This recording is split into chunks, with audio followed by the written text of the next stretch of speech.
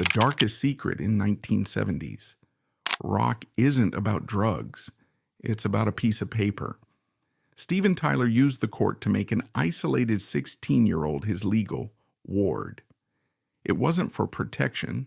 It was a state-sanctioned pass to transport her unseen, sedate her in blackout rooms, and force a brutal 5-month medical termination just to save a multi-million-dollar profit margin. The mythology of the 1970s music industry presents an era of cultural liberation and free-spirited artistic expression. In reality, the upper echelons of the rock industry functioned as a highly regimented, multi-million-dollar corporate enterprise. Bands like Aerosmith, rapidly ascending to the status of the American Led Zeppelin, were not merely groups of musicians. They were mobile corporations. They generated massive capital. They employed managers, road crews, publicists, and legal retainers. This corporate structure created an environment defined by a severe power imbalance. The men at the center of these operations wielded absolute financial and social control. On the periphery of this wealth were displaced, isolated youths, drawn to the blinding glare of manufactured fame. Julia Holcomb was 16 years old. She existed entirely outside the sphere of corporate protection and legal defense. When she intersected with the frontman of Aerosmith, the dynamic was not a meeting of equals. It was an interaction between a highly protected corporate entity and an unprotected adolescent. The acquisition of legal control over Julia Holcomb was a meticulously calculated operation. It bypassed traditional methods of coercion and went straight to the governing authorities. Tyler's approach to Julia's family was strategic. He presented himself not as a touring rock musician engaged in an illicit dynamic, but as a benefactor. He approached her mother with a carefully constructed narrative of protection. The music industry was notorious, and Tyler leveraged this notoriety to his advantage. He offered the mother a deceptive proposition. The environment surrounding a rock band was dangerous, filled with men who lacked morals, but he could shield her daughter from them. He promised financial stability, safety, and a barrier against the darker elements of the culture. The family, facing their own internal dynamics and likely blinded by the overwhelming status and wealth projected by Tyler's camp, was steered toward an unthinkable legal concession. The corporate machinery behind Aerosmith facilitated the paperwork, setting the stage for a profound power disparity. Inside the room where the document was presented, the atmosphere was engineered to intimidate and overwhelm. On one side sat a mother, likely grappling with the financial and social pressures of daily life. On the other side stood a capitalist machine, represented by men in expensive tailored suits, carrying contracts dense with legal terminology. The controlling figure did not utilize physical force. He deployed a manufactured illusion of safety. He manipulated the mother with false promises of protection, convincing her to hand over control of her daughter to an exploitative enterprise. When the pen touched the white paper, it was not a signature of trust. It was a sentence stripping away motherhood, officially sealed and validated by the law. In that single quiet legal transaction, the controlling figure officially became the father figure in the eyes of the state. The law, designed to prevent the exploitation of minors, sanctified a profound power disparity. Tyler did not abduct Julia Holcomb. The state of Massachusetts legally handed her to him. The implications of this document were immediate and absolute. Legal guardianship grants an adult sweeping authority over a minor. It dictates where the youth resides, who they associate with, their medical decisions, and their educational trajectory.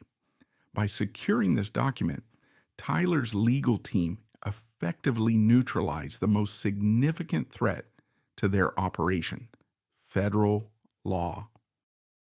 In the United States, crossing state boundaries with a minor for illicit purposes carries severe federal penalties.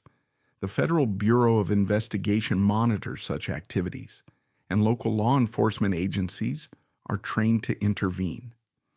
Aerosmith was a touring band. Their entire business model required constant movement across state lines, moving from venue to venue, city to city. Without legal cover, transporting a 16-year-old girl on a massive national tour would have triggered immediate legal intervention. The tour would have been halted, the revenue stream severed, and the controlling figure arrested. The guardianship papers functioned as an impenetrable shield. When the tour buses rolled across state lines, Julia was packed alongside the amplifiers, the lighting rigs, and the road crew. If a local police officer or a suspicious hotel manager inquired about the presence of a 16-year-old in the chaotic, adult-centric environment of a rock tour, the management simply produced the court order. The legal document instantly halted any investigation. It transformed a highly suspicious scenario into a state-sanctioned familial arrangement.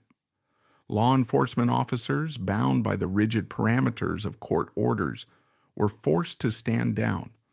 They looked at the paperwork, nodded to the attorneys, and walked away, leaving an isolated youth entirely at the mercy of the controlling figure. The justice system had unknowingly issued a license for systemic transportation, funded entirely by the massive revenues of the music industry. This legal maneuvering was not an isolated act of a single individual. It required the silent complicity of the entire corporate ecosystem surrounding the band. Record label executives, tour promoters, and management agencies were highly aware of the situation. They reviewed the logistics, they signed the checks that paid the lawyers. Yet, the presence of an isolated 16-year-old under the legal control of their lead singer was treated as a mere logistical detail, a line item on a tour manifest. The system prioritized the protection of the asset, the lead singer, and the revenue he generated above ethical considerations. The adults in the room, the men in tailored suits who managed the finances and mitigated the risks, made a calculated decision to look the other way. They built the legal fortress that allowed the exploitation to continue uninterrupted. With the legal barriers dismantled and the corporate infrastructure providing logistical support, the reality of Julia Holcomb's daily existence drastically shifted.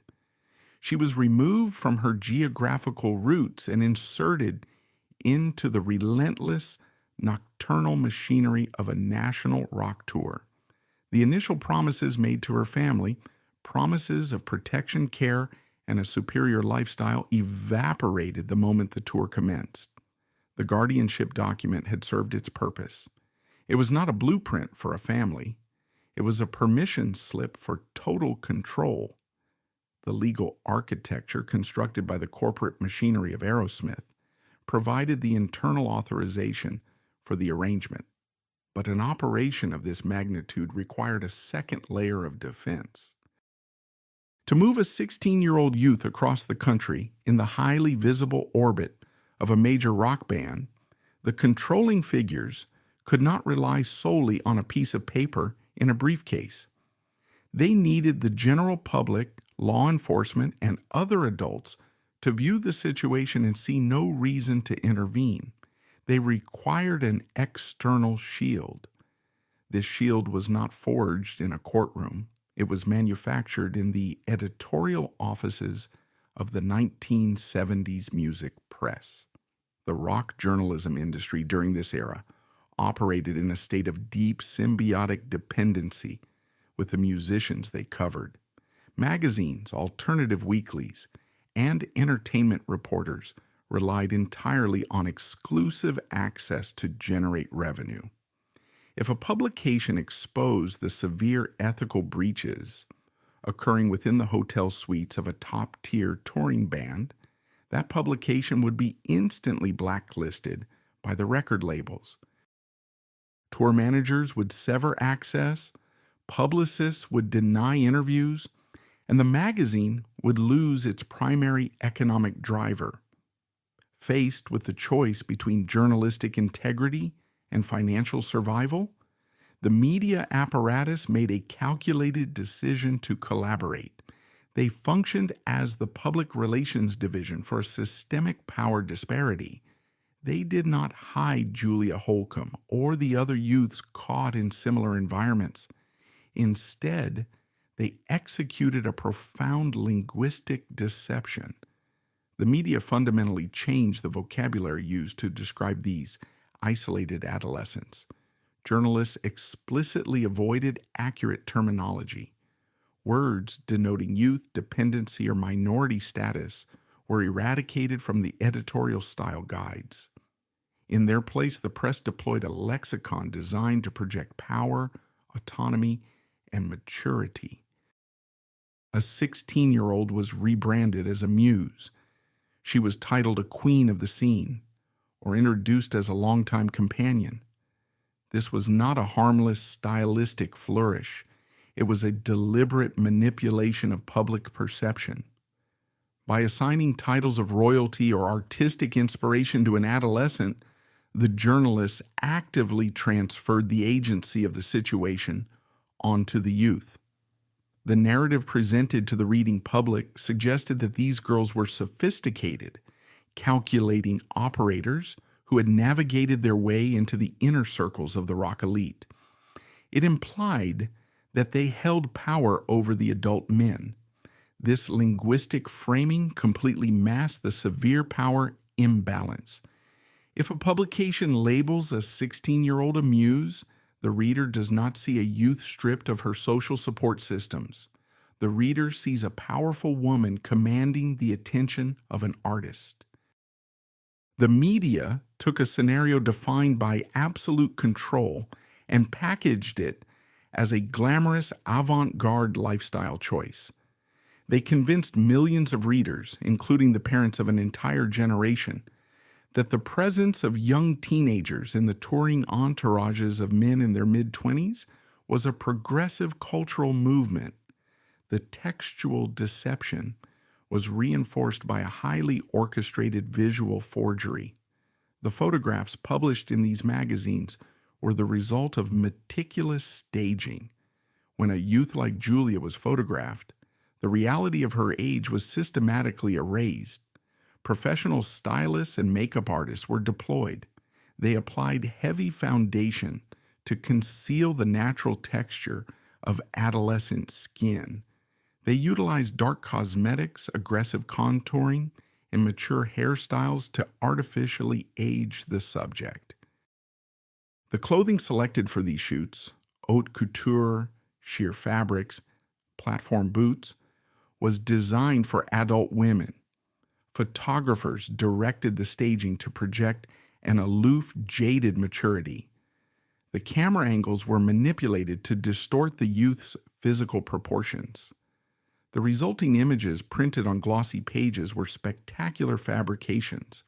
The public looked at these photographs and saw worldly, formidable women who appeared to be equal partners to the rock stars standing beside them. They did not see the profound vulnerability hidden beneath the heavy eyeliner. This visual propaganda normalized the environment. It convinced society that there was no cause for alarm, effectively neutralizing any external intervention. The media handed the isolated youth a fabricated crown to distract everyone from the fact that her movements were entirely dictated by a controlling figure. While the press constructed this glamorous illusion for the public, the physical reality of Julia Holcomb's daily existence was a study in absolute containment. The logistics of a massive national tour provided the perfect mechanism for moving an isolated youth without drawing scrutiny. The record labels, promoters, and tour management agencies funded and organized an infrastructure designed for privacy and exclusion.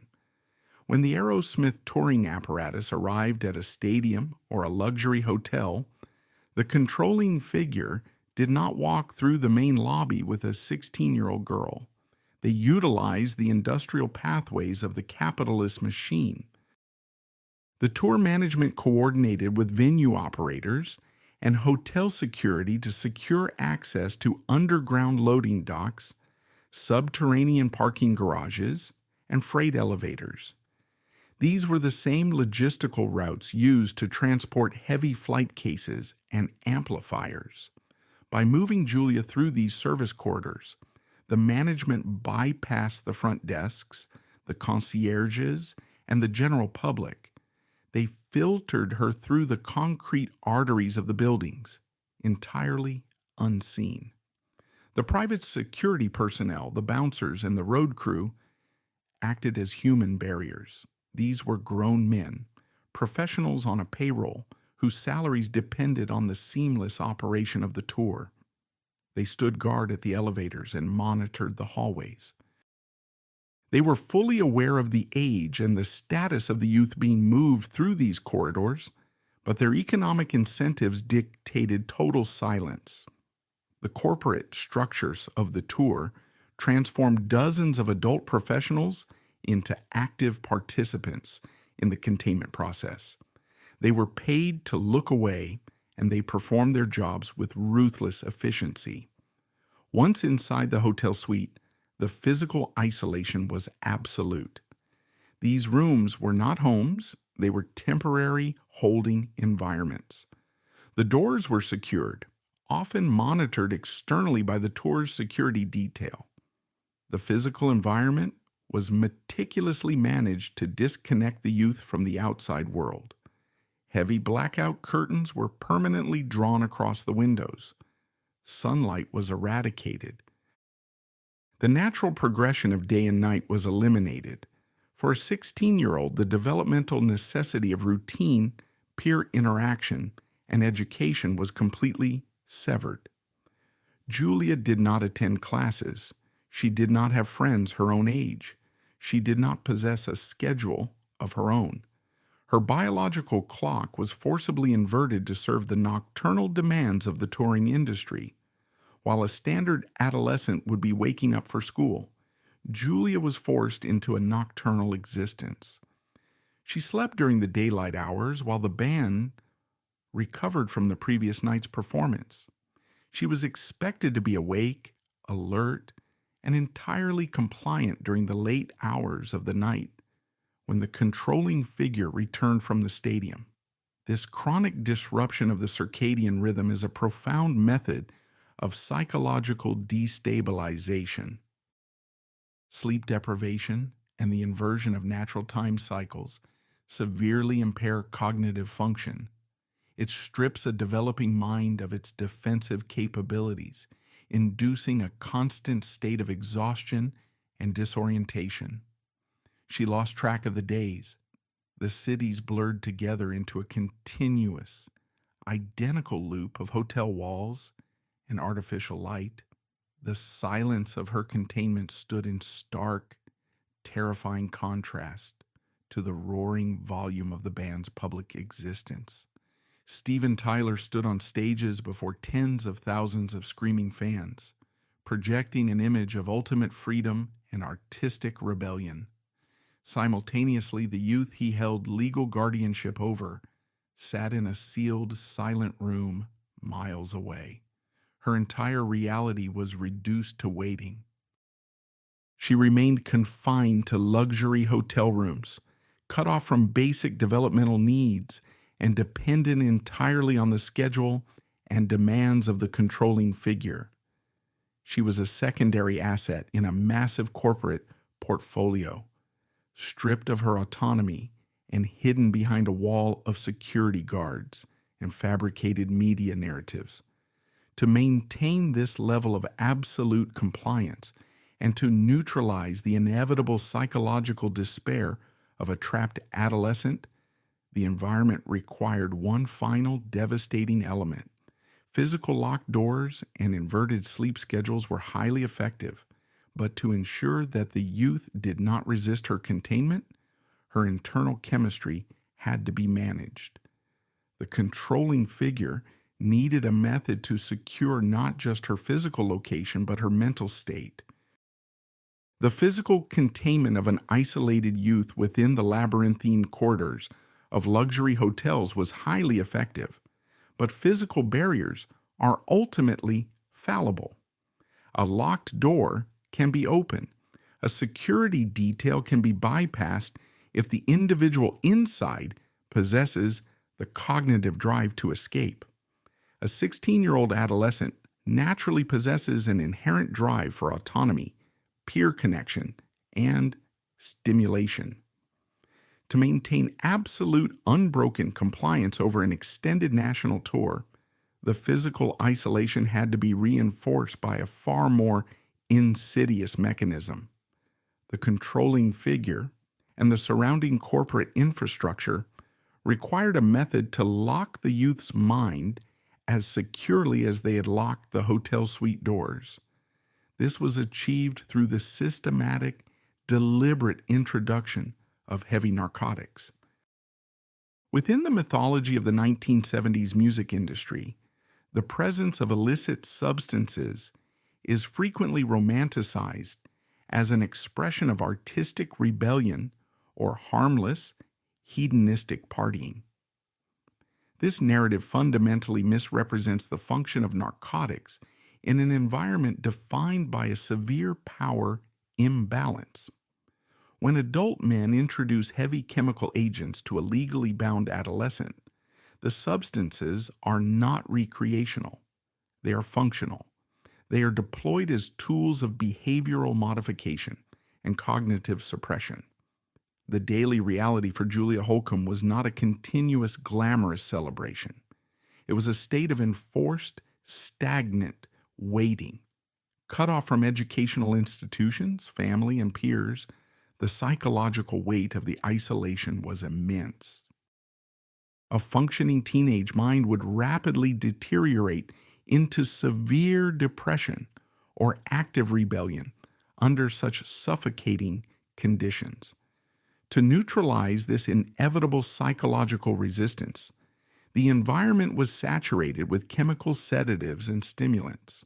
The controlling figure did not merely offer these substances, he normalized them, creating an ecosystem where chemical alteration was the baseline of existence.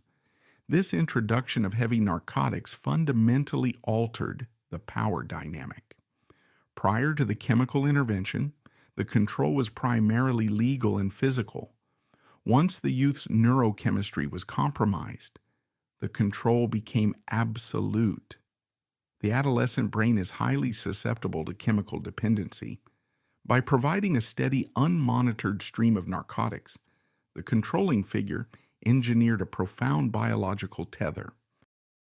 Julia was no longer just legally bound to the tour. Her physical body now demanded the substances that only the controlling figure and his immediate infrastructure could provide. The logistics of this chemical supply chain were seamlessly integrated into the tour's massive corporate budget, requiring the active complicity of the men operating the financial infrastructure. The acquisition of these substances was not a shadow operation. It was a line item. Tour managers, logistics personnel, and corporate accountants functioning in air-conditioned offices systematically approved these invoices, often bearing them under the guise of miscellaneous expenses. These professionals reviewed the ledgers and signed the checks, fully aware that the corporate funds provided by the record labels were being utilized to purchase heavy narcotics. They knowingly financed a supply chain designed to transform a 5-star luxury hotel suite into a chemical holding facility. deliberately constructed to extinguish the cognitive resistance of a 16-year-old youth. The adults facilitating this supply chain, the men operating the tour logistics, understood exactly what was occurring. They witnessed a 16-year-old youth deteriorating under the weight of heavy substance use. If keeping the isolated youth heavily sedated ensured that the lead singer remained focused on the stadium performances, then the entourage silently facilitated the sedation. The ethical implications were entirely subverted by the financial imperatives of the tour. The entire corporate structure was complicit in transforming the hotel suite into a state-of-the-art chemical containment facility. The effects of this chemical regimen on the isolated youth were devastating. Narcotics operate by altering perception, dulling emotional responses, and eroding the capacity for critical thought. Under the heavy influence of these substances, the stark horror of her reality was artificially softened. The days spent locked in the dark, waiting for the nocturnal return of the controlling figure, became a blurred, timeless haze. The chemicals stripped away her anxiety, her boredom, and most importantly, her instinct for self-preservation. She was rendered docile, pliable, and entirely dependent on the adult men who dictated her reality. This state of prolonged chemical suppression halts normal psychological development. The years between 16 and 18 are critical for the formation of identity, independent decision-making, and social skills. By saturating her developing brain with heavy narcotics, the environment effectively froze her cognitive progression. She was not maturing, she was simply existing in a state of suspended animation, preserved for the exclusive use of the controlling figure. Her personality, her desires, and her individual agency were dissolved in the chemical solution provided by the tour's infrastructure. Furthermore, the dependency created a psychological barrier far more impenetrable than any hotel security detail. Even if the physical doors had been left wide open, the youth lacked the cognitive clarity and the physical independence to walk through them. Where would she go? How would she survive the severe physical withdrawals without the supplier? The controlling figure had successfully positioned himself as the sole source of her biological equilibrium. She could not leave him because her body and her altered mind believed they could not survive without the substances he controlled. The legal document granted him guardianship over her movements, but the chemicals granted him ownership over her perception of reality. The contrast between the two worlds operating within the same corporate ecosystem is chilling. In the stadiums, the controlling figure was a dynamo of energy, celebrated by the media, adored by the public, and enriched by the record labels. He was the apex of the capitalist entertainment machine. Miles away, tucked inside the sanitized luxury of a corporate hotel chain, the youth he legally controlled was fading into a ghost. She existed entirely in the shadows of his public triumph, stripped of her autonomy and heavily dependent on the substances provided by his entourage. The media, continuing to act as protective shields, rarely documented this darker side of the lifestyle. When substance use was mentioned, it was usually framed as part of the rock star's tortured genius or the band's wild behavior. What the press ignored was the presence of a vulnerable adolescent girl being exposed to dangerous substances by powerful adult men around her. Publicly, the image remained glamorous and avant-garde, while the harm taking place behind the velvet ropes stayed hidden. This carefully controlled environment, legal guardianship, physical isolation through freight elevators and blackout curtains, media silence, and drug-fueled dependency created a sealed world almost impossible to escape. The youth was entirely trapped within a closed system designed by highly paid adults to serve the whims of a single powerful figure. She was cut off from the law, from her family, from the truth of the media, and ultimately from her own cognitive autonomy. However, this sophisticated machinery of control was designed to manage a static situation. It was built to keep a teenager quiet, compliant, and hidden while the tour generated capital. It was not designed to handle a biological disruption that threatened to expose the entire operation to the public. The corporate apparatus, the legal shields, and the chemical tethers were about to face a complication that could not be solved by locking a hotel door or handing out a sedative. The isolated youth, existing in a state of profound physical and mental deterioration, was about to undergo a physical change that would force the capitalist machine to activate its most ruthless, violent protocols to protect its investment. But this sophisticated machinery of control was fundamentally unequipped to manage a biological reality that could not be sedated, hidden behind blackout curtains, or spun by complicit music journalists, the progression of a human pregnancy. By the 5th month, the biological complication could no longer be concealed. The physical evidence of the pregnancy breached the sealed vacuum of the hotel suites. In a normal societal context, a pregnancy invokes medical care, familial support, and a profound shift in adult responsibility. Within the high-stakes, revenue-driven architecture of a 1970s rock tour, the pregnancy was categorized under a singular cold metric. It was a catastrophic financial and public relations liability. The reaction of the corporate infrastructure surrounding the controlling figure reveals the absolute void of ethical consideration within the industry. When the news of the 5-month pregnancy reached the tour managers, the record executives, and the legal retainers, their primary concern was not the physical or psychological well-being of the 17-year-old youth under state-sanctioned guardianship. Their immediate focus shifted to damage control, aiming to secure Aerosmith's touring schedule and revenue stream by any means necessary. The carefully constructed media narrative, the illusion of the glamorous muse and the sophisticated queen of the scene, was entirely dependent on the youth remaining a weightless, aesthetic accessory. The music press had successfully manipulated the public into accepting the presence of teenagers in VIP rooms.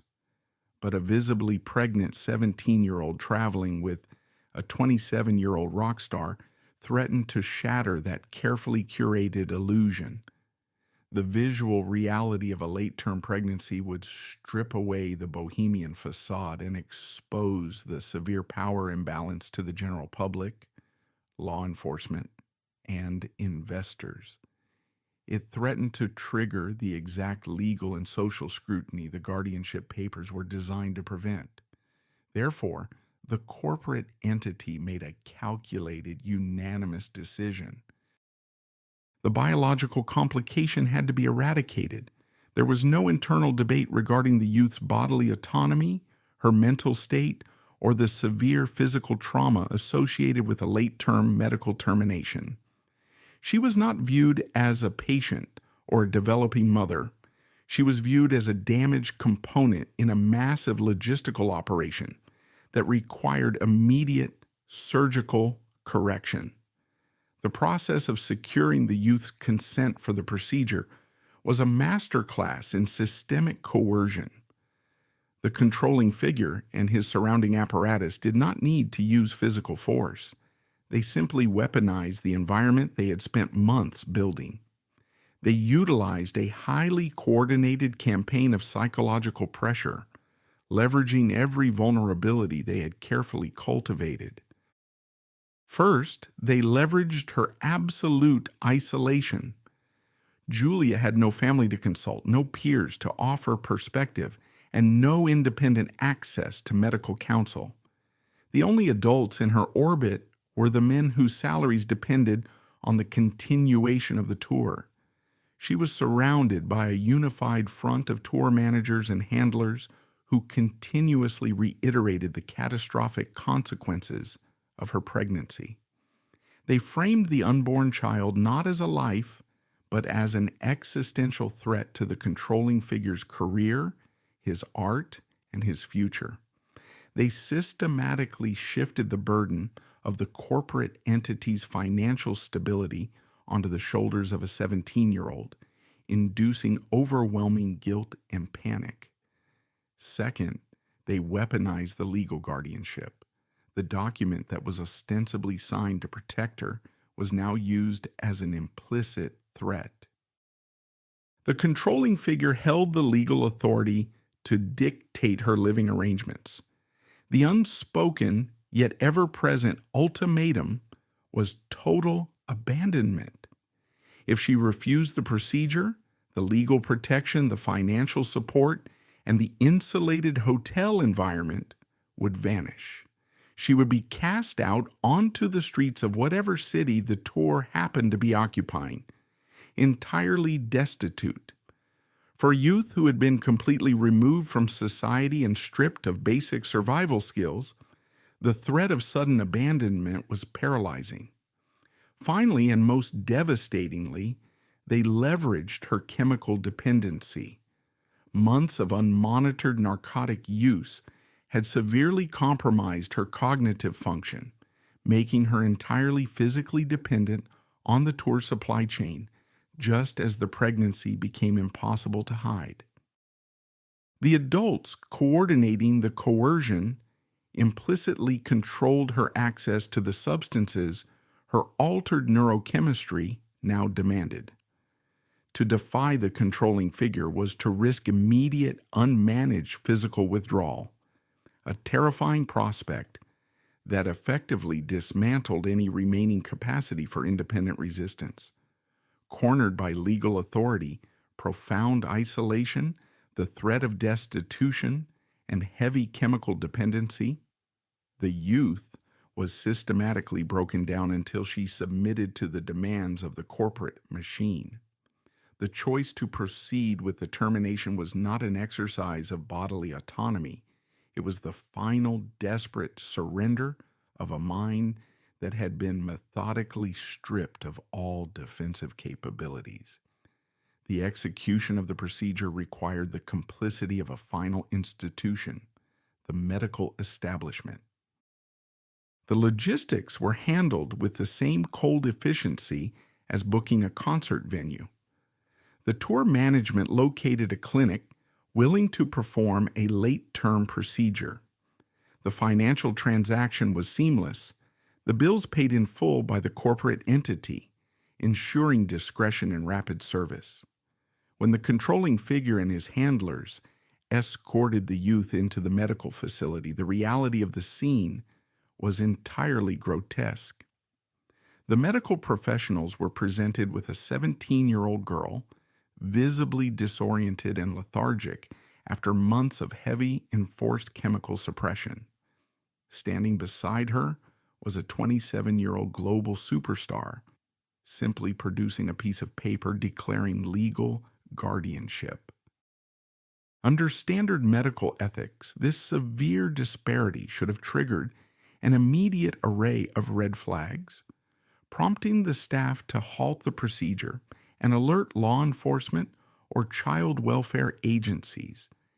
Instead, the overwhelming influence of celebrity status and corporate wealth blinded the medical establishment. The doctors actively chose to look away from the overt coercion, accepting the guardianship document as a legitimate substitute for consent.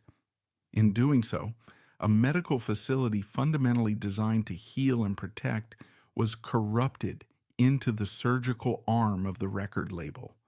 cold-bloodedly erasing a corporate liability simply to preserve a multi-million-dollar touring schedule. The medical realities of a late-term procedure are severe.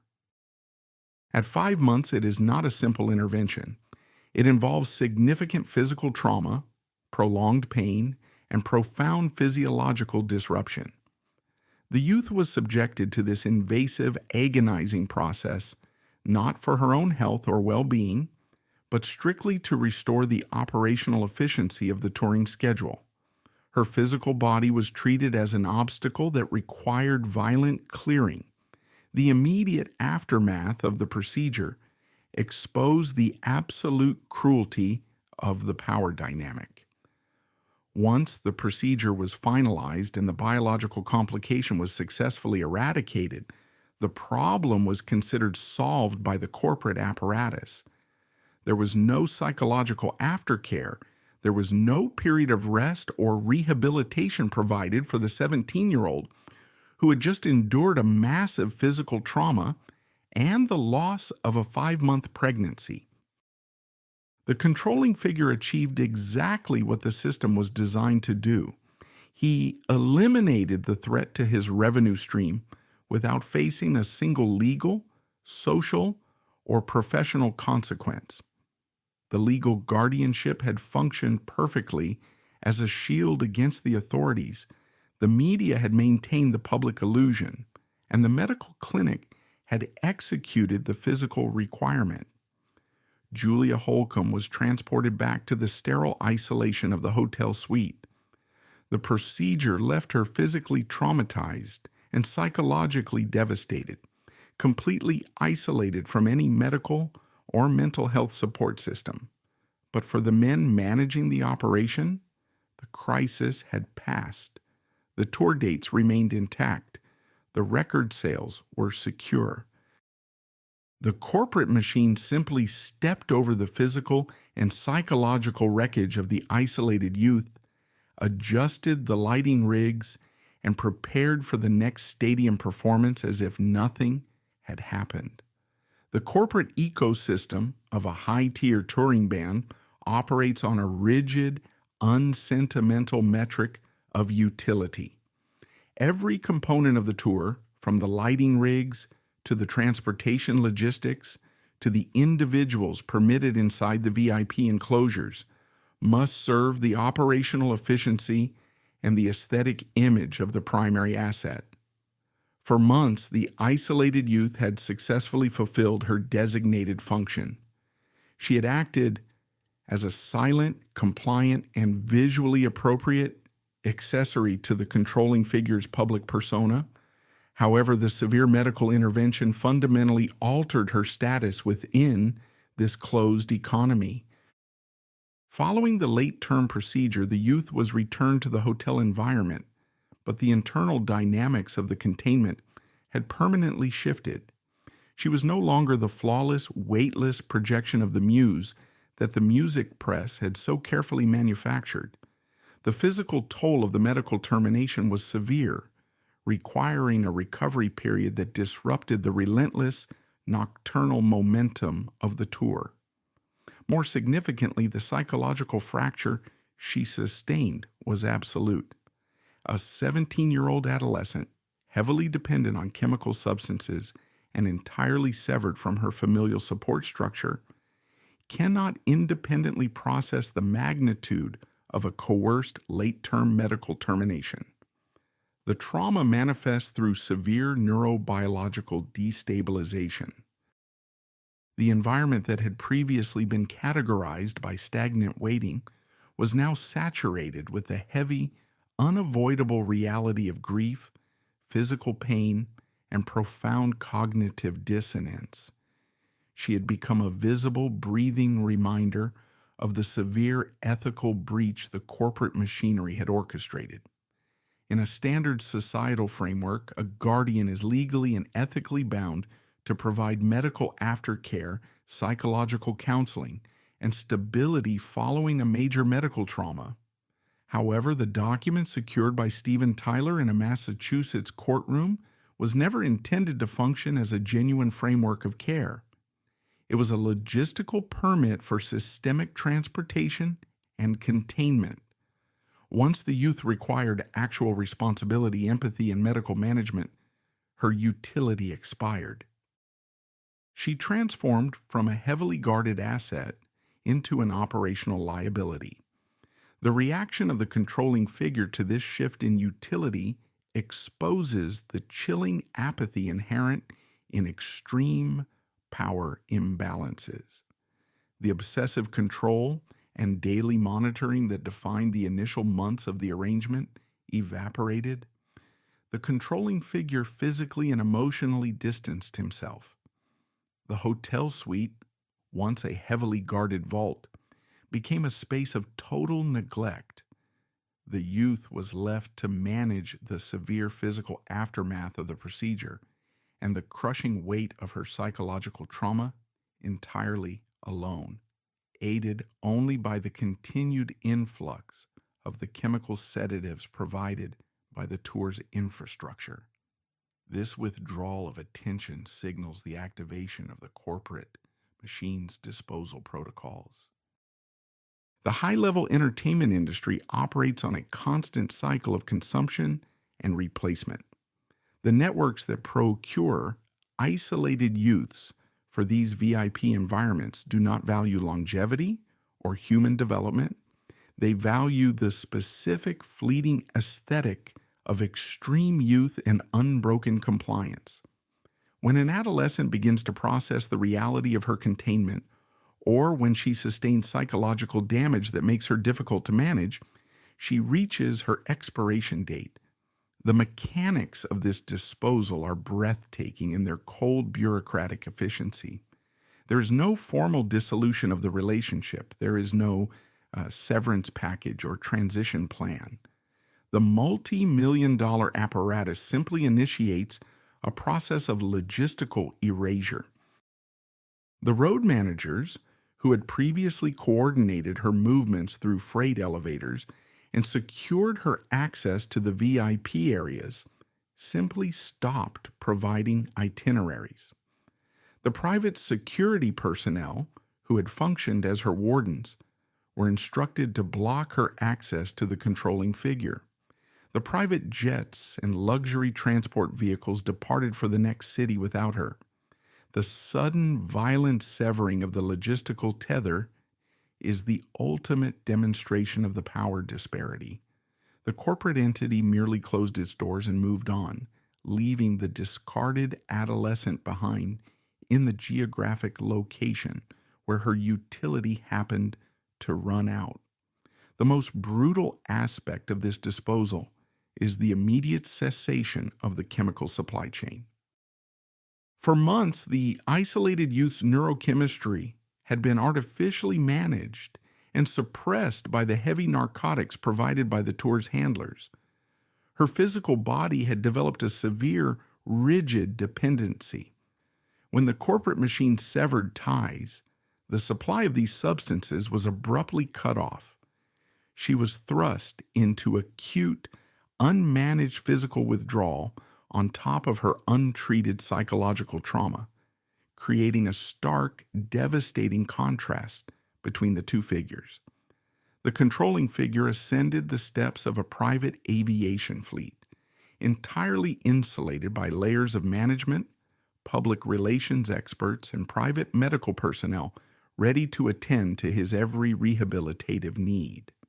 He possessed unlimited financial resources to secure luxury, state-of-the-art care for his own chemical dependencies whenever the touring schedule permitted. The corporate machine immediately began polishing his image, erasing the messy realities of the tour from the official narrative. He continued to amass unprecedented wealth, eventually transitioning into the role of a respected elder statesman of the music industry. Society, heavily influenced by the sanitized narratives of the music press, would go on to award him lifetime achievement honors, completely ignoring the human wreckage left in the wake of his early career. In brutal opposition, the 17-year-old youth whose neurochemistry he had systematically dismantled was violently ejected from the sealed vacuum of the VIP ecosystem. She was abruptly cut off from the chemical supply that her altered biology now demanded for basic equilibrium. She was dropped back into a society she was entirely unequipped to navigate, forced to endure the agonizing physical convulsions of severe narcotic withdrawal entirely alone. She was navigating this physiological crash while simultaneously bleeding from the severe trauma of a coerced 5-month medical termination. There was no medical off-ramp provided by the corporate entity that had funded her addiction. There was no psychological counseling for the profound grief and cognitive dissonance she carried. The years she had spent under state-sanctioned containment were the exact years a teenager is supposed to acquire basic adult survival skills. Because her developmental timeline had been frozen to serve the nocturnal demands of a rock tour, she possessed no high school diploma. She had no resume. She lacked the fundamental social conditioning required to interact with peers, secure employment, or manage a basic residential lease. The corporate machine had taken a developing adolescent and transformed her into an entity entirely dependent on their infrastructure, only to sever that infrastructure the moment she became an operational liability. She was a 17-year-old carrying the shattered, hypervigilant psychological architecture of a war veteran left to navigate catastrophic physical and neurological wreckage. Yet society merely glanced at her and categorized her as just another discarded runaway. The media apparatus, which had so eagerly plastered her heavily made-up face across their glossy pages when she was a useful accessory to a rock star, completely ignored her rapid descent. There were no follow-up articles detailing her struggle with severe depression, the violent reality of chemical withdrawal, or the profound isolation of her post-tour existence. The press had utilized her fabricated image to sell magazines to millions. And once she was discarded by the controlling figure, she was simultaneously and silently discarded by the media narrative.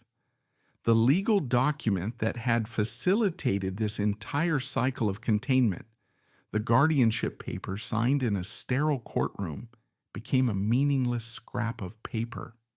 The justice system had permitted the controlling figure to take absolute authority over a minor, but it possessed no mechanism to monitor how that authority was exercised, nor did it enforce any responsibility when the minor was arbitrarily abandoned. The law functioned exclusively as a tool for the powerful to bypass federal transportation statutes, offering zero protection to the youth once the powerful decided they were finished with her. As the discarded adolescent struggled to survive on the margins of society, grappling with permanent cognitive scars and a deeply disrupted neurobiology, the corporate touring machine did not pause for a moment of reflection. The hotel suites were simply cleaned by the housekeeping staff, the heavy blackout curtains were drawn back, the rooms aired out, and the space prepared for the next city. The procurement network, operating silently in the background of the nightclubs and backstage areas, was already filtering the crowds, looking for the next demographic of isolated, compliant youth to replace the asset that had just been disposed of. The cycle of extreme power imbalance, legal manipulation, and ruthless corporate consumption was ready to begin again. The legal document signed in a Massachusetts courtroom was never a certificate of care. It was a logistical bypass secured by wealth. When the isolated youth reached the end of her operational utility, when the biological and psychological damage became too complex for the touring apparatus to manage, she was systematically erased from the corporate ledger, The aftermath exposes the ultimate cruelty of this systemic power imbalance. The controlling figure walked away entirely unscathed. He returned to a highly insulated environment that actively scrubbed the timeline, rewriting his history to fit the narrative of a harmless, rebellious icon. He ascended to the highest tiers of global wealth, receiving industry accolades and the unwavering adoration of a public deliberately kept in the dark. The capitalist machine handed him a Lifetime Achievement Award.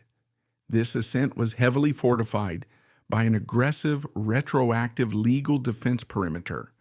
As the cultural climate slowly began to shift in the subsequent decades, the corporate entities surrounding these legacy acts recognized the latent danger of their past operations.